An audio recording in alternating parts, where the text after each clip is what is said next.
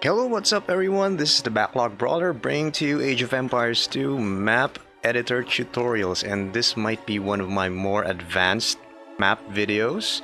So this is really about ninjas, and we'll just do a test to show you what this map is about. Right, this is Defeat Naruto.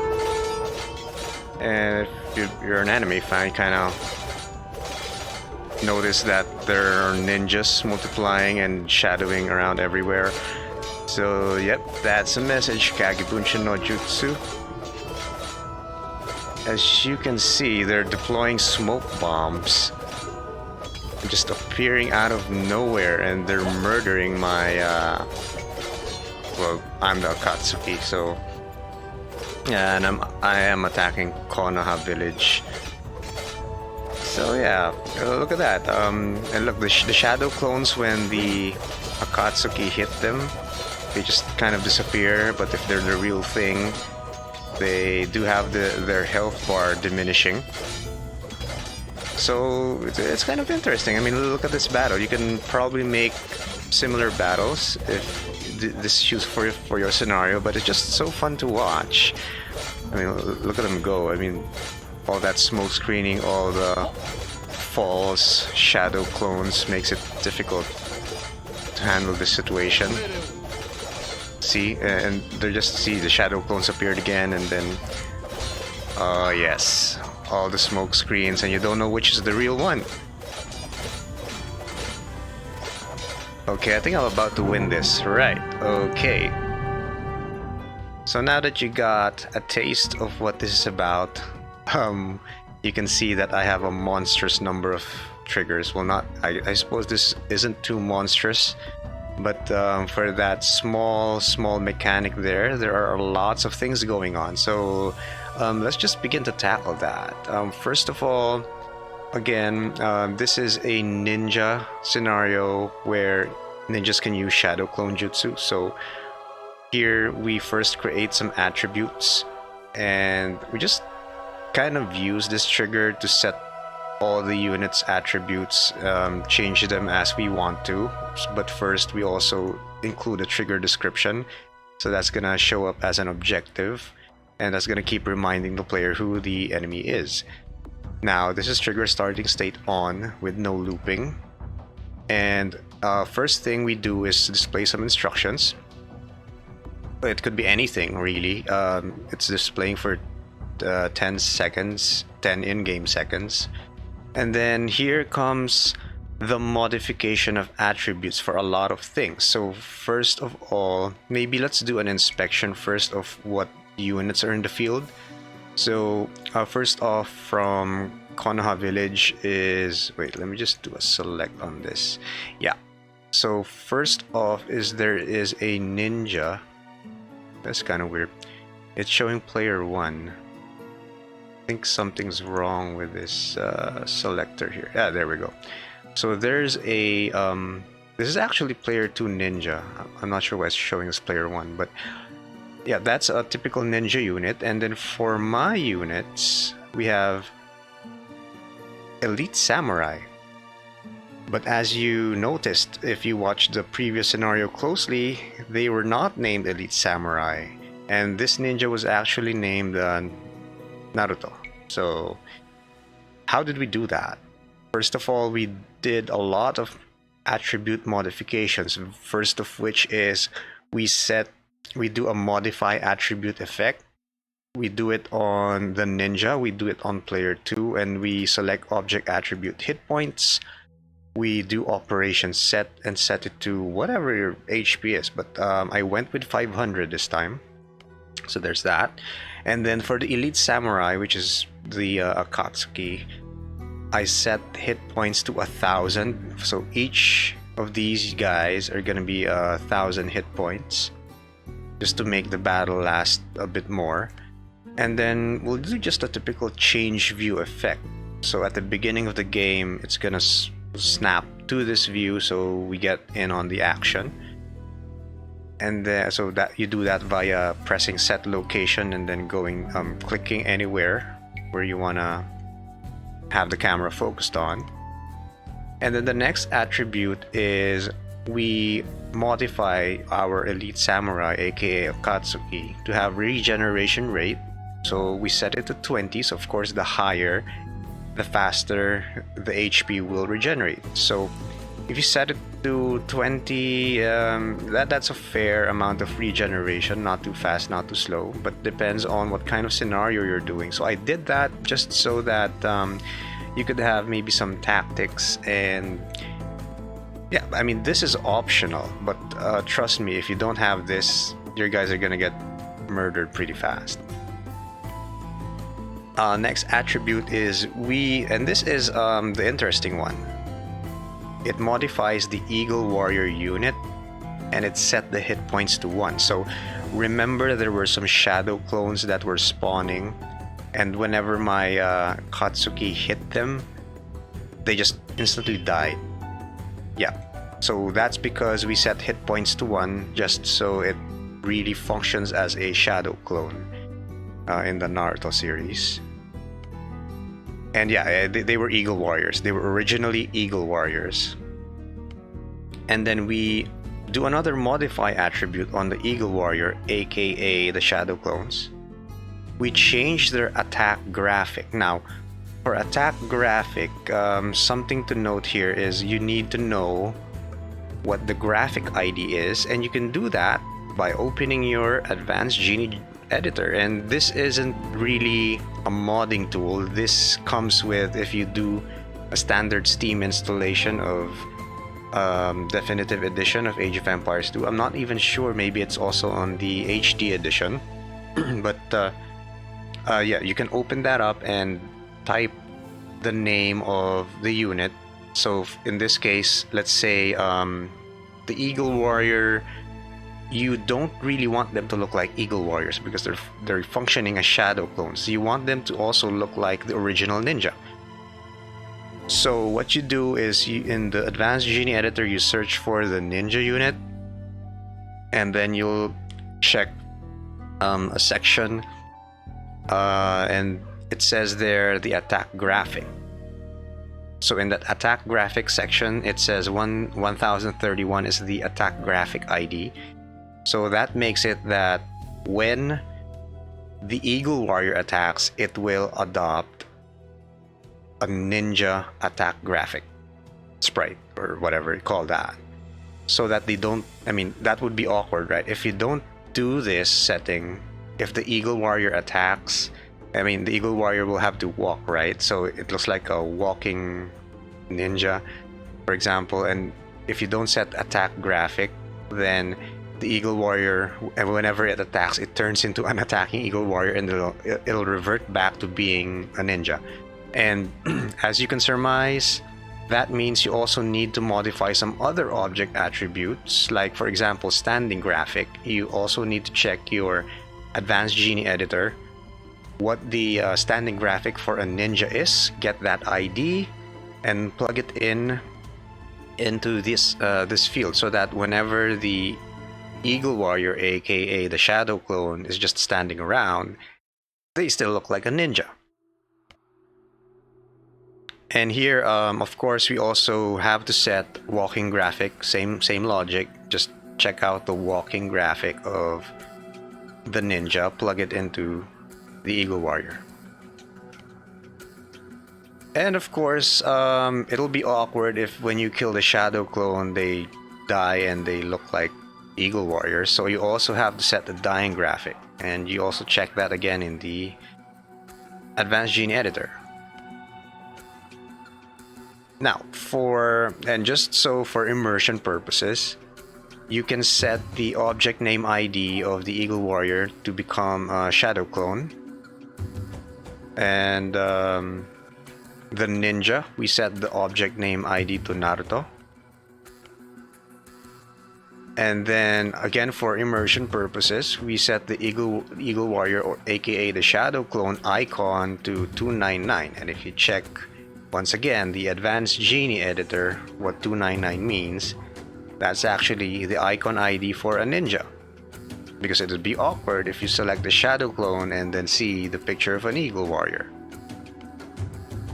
And so for the Eagle Warrior, we set a dead unit ID 1147, and you can also check that out. So dead unit ID is different from dying graphic. So dying graphic is the graphic when it dies, and then the dead unit ID is what it transforms into. So here, the unique thing is we need to search for in Advanced Genie Editor something unique. It's not Ninja, it's Ninja D. So when you check out Ninja D, which means I guess Ninja Dead, you'll see what the actual unit ID is, and then you apply that. Because if you don't, when the unit dies, it leaves it looks different, right? They'll die as an Eagle Warrior. And even worse and even funnier, and I might do a video on this sometime, if you set the ID in dead unit ID to a living unit, then when the unit dies, it becomes that unit alive and well. So but again, maybe that's for another video.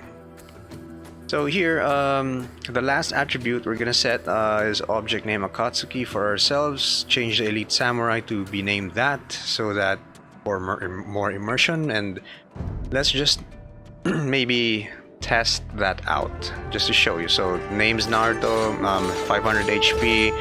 So some Naruto guys kind of multiplied. So those are not shadow clones, by the way. There's lots of Naruto. There's a shadow clone. There's a shadow clone. Okay, dead. That's Naruto. Yep. So you may have noticed, if you hear the sound, it's gonna get Kage Bunshin Jutsu, which kind of indicates that it's spawning shadow clones. Now, of course, you can remove that sound for more immersion, or not. I don't know. Depends on you. But I just put that in so that you're aware that the shadow clone spawning is not a regular cadence. It's randomized. See, the intervals between spawning of shadow clones is different, and I'm gonna discuss that later, how we'll do that so that the experience feels more organic, right? So as you can see, shadow clones are dying, and they look like ninjas when they die, so that's good. You can also choose other graphics, like if they die, they turn into smoke, or they just I don't know, turn into other dead object stuff. Maybe, I don't know, whatever, grass. Want them to turn into grass. You can do so, but I just chose them when they die. They just turn into dead ninjas. So okay. Oh, and before that, so see in the HP, it does regenerate. So yeah, there's that, because it might be a long battle. Okay. So, all good. That's attributes trigger. And now we're gonna do this next one, motivate trigger. So this motivate trigger stems from the fact that maybe, just maybe, the ninjas don't want to fight you. So just so we're ensuring that there's gonna be a good fight, we put in a new condition and set the timer for 3 seconds. So every 3 in-game seconds, it's gonna trigger this. And the motivate trigger has a trigger looping yes, and trigger starting state is on. What that does is it tasks objects. Just so let's, any one of these. If we go to objects, so this effect here is specific to this unit.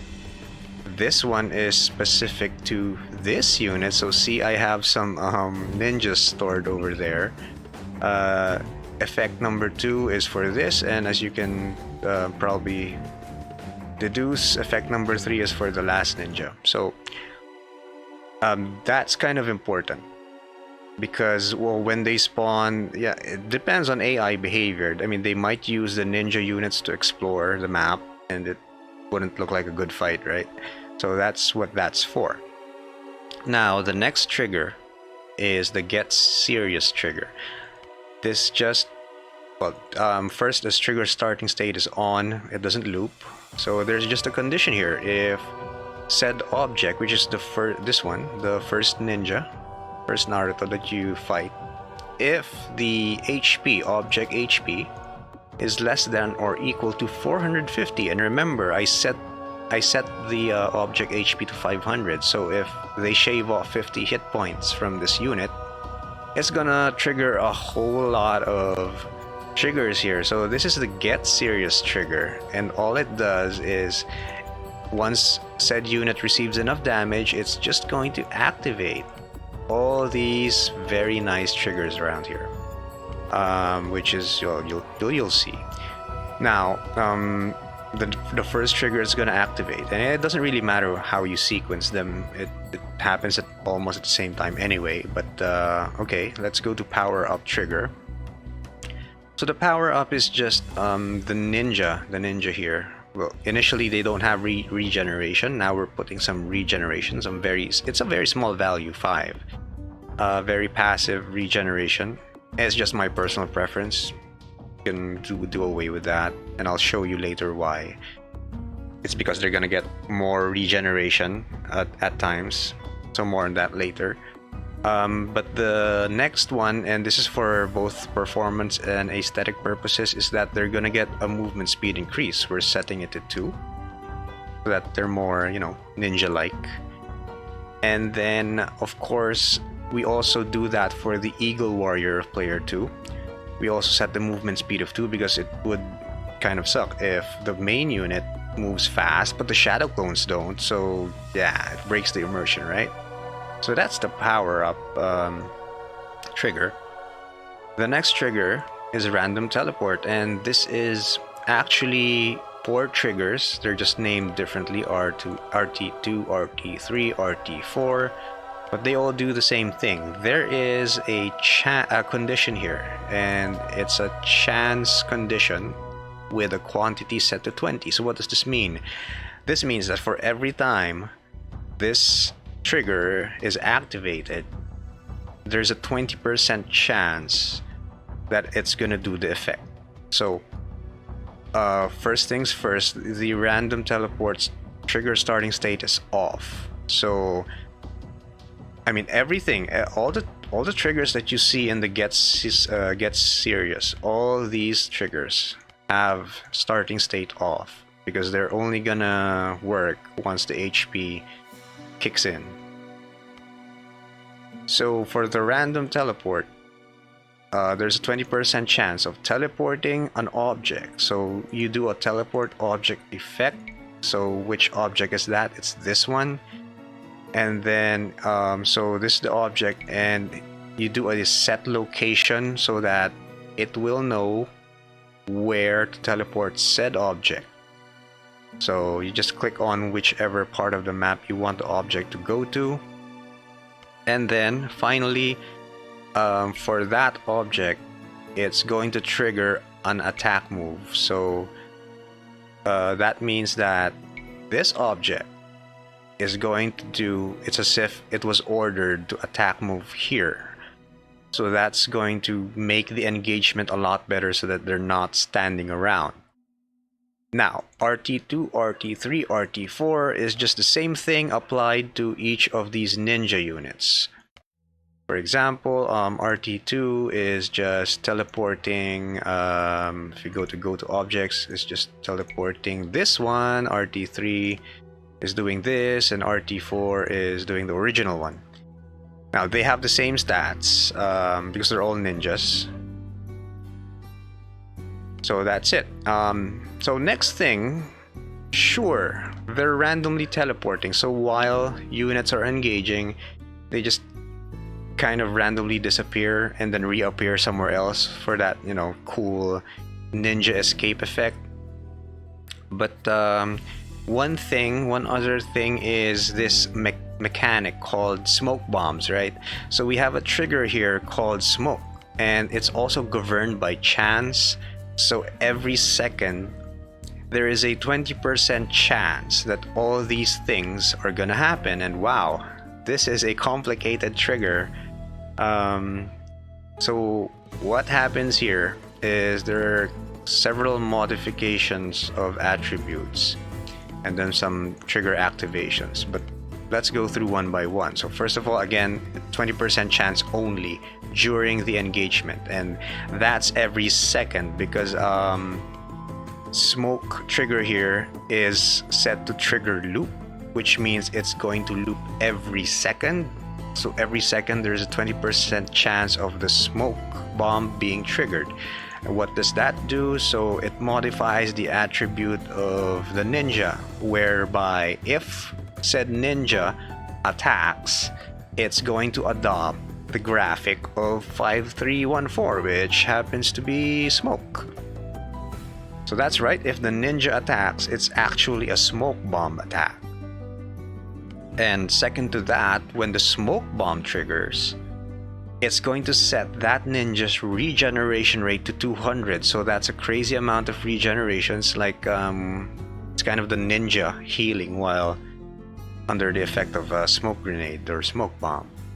And then here's another trigger, disable unit targeting. So that means my units should not be able to target the ninja while the smoke bomb is in effect. So, you know, because it would be awkward if my units would be able to attack a pile of smoke, right? And they will be actually doing damage. So we disable unit targeting so as to simulate that, hey, I'm getting confused. Where's the target? I stop attacking. But that's gonna break the immersion. So what we're gonna do, whenever the smoke bomb triggers, we activate 4 other triggers, which is basically they're just one trigger, just multiplied by 4, and that's the shadow clones trigger. Activate trigger shadow clones. And before we go to discussing what the shadow clone trigger does, the last one is just sending a chat, just so the player knows that, yeah, the shadow clone jutsu has been activated, just for effect. And then so the activation of the shadow clone trigger, we can jump here to shadow clones. So trigger starting state is off. It will wait for the smoke trigger to activate it. It's a looping trigger, and it also has chance, and it's a higher chance. It's 40%. It's 40% chance to create a shadow clone. So remember, the eagle warrior, I have modified the attribute so that it looks like a shadow clone, not an eagle warrior. And you just create an object, you do a set location to wherever you want to create the object. So if I go to go location, I click the set location here. So this means that there is a 40% chance every second, if the shadow clone trigger is activated, there's a 40% chance that a shadow clone will appear on this location, and it will do an attack move. It will do an attack move on this one, on that location. The unique thing about the attack move mechanism here is it's not a set object, because the object doesn't exist. So what we do is we do a set area. So at the same tile where the create object spawned, I do a set area on that. I set that, and we have to do player 2. So let me just save that. And then that unit will attack move to wherever I told it to. So it's the same thing for SC2, 3, and 4. It's just I just spawn shadow clones in different areas. So SC2 spawns them here, SC3 spawns them there, and SC4 spawns them here. Could be random, could be anywhere you want, and just do an attack move just to make the battle more engaging. So that's what the smoke trigger does. Moving on to the next trigger is the appear trigger, which is kind of the other mode. So it's kind of the ninjas going out of the smoke. So it is also governed by chance. It's 30%. So if you notice, in smoke, I did a 40% chance. In up here, I did a 30% chance. It doesn't really matter. You could set different values. They could trigger. I mean, it might. You could imagine that it might happen that at a certain second, there's a chance that they both will satisfy the chance trigger, or that they both won't, or that only one of them. So that's part of the randomization. So it looks more organic and not like, you know, every 5 seconds I'm expecting a shadow clone to appear. So this makes it a lot more random and a lot more engaging. So what this appear thing does is it changes the attack graphic of the ninja, which, if you remember, in smoke trigger we changed that so that it will look like when the ninja attacks they're going to transform into smoke. Now we're changing this and changing it back to the original attack graphic of the ninja. Another modification attribute we're doing is we're bringing the regeneration down back to 5 from the previous 200, so that they'll be more vulnerable because they're not healing anymore. And then we re-enable unit targeting because we previously disabled it, right? So you don't need to set the object. You just need to set the object class, and it enables unit targeting for all objects of that class. Now, you also deactivate the shadow clone triggers because it just makes the original ones appear. But take note that that means the shadow clones are still on the field. It doesn't delete the shadow clones. Appearing doesn't delete the shadow clones. The shadow clones are still fighting along with the original, so it's going to be utter chaos and much, much better for the battle. Okay, the next trigger is Ambush Flame, and this is just really effects. So if you've noticed, let me just do a test again here. It's just really effects. So yeah, once this, see, flame spawns everywhere. That's just kind of cinematics. So real cool. So just watch the battle again. I mean, it's really entertaining. Okay, enough of that. Right, so getting sidetracked. Let's go back to triggers, and then so ambush flame, and then of course we're gonna have to have a victory trigger, and we just do a condition: own fewer objects for player 2. So we set ninja, and then player 2 own fewer objects, and quantity 0. So that means if you own less than 1, actually, this is what it means. If you own less than 1 ninja in this set area, then that's going to satisfy the condition. And we just do an effect declare victory for player 1 if that should happen. Now, I know that if you manage to bait all the ninjas away from here, then technically you win. But remember, there was a teleport trigger here, and it will likely be that before you can even bait them outside the area, they will teleport back. So, but of course, if you want it foolproof, then just set the area, the own fewer objects area, to a much bigger area. You can even set them to the entire map. So there. So those are the triggers, but some other important things just for immersion is you can set global victory to conquest. But it depends on your scenario. See, I have a wonder here. If I didn't choose conquest, then a wonder victory countdown thing will be ticking down, which actually you might want to do that. Depends on you. And then of course we have the important thing here is the players. So you just set the players. You can change the name so that whenever you fight, there's a fixed name there. This is Konoha Village, and we just locked them to Japanese, so it's cooler.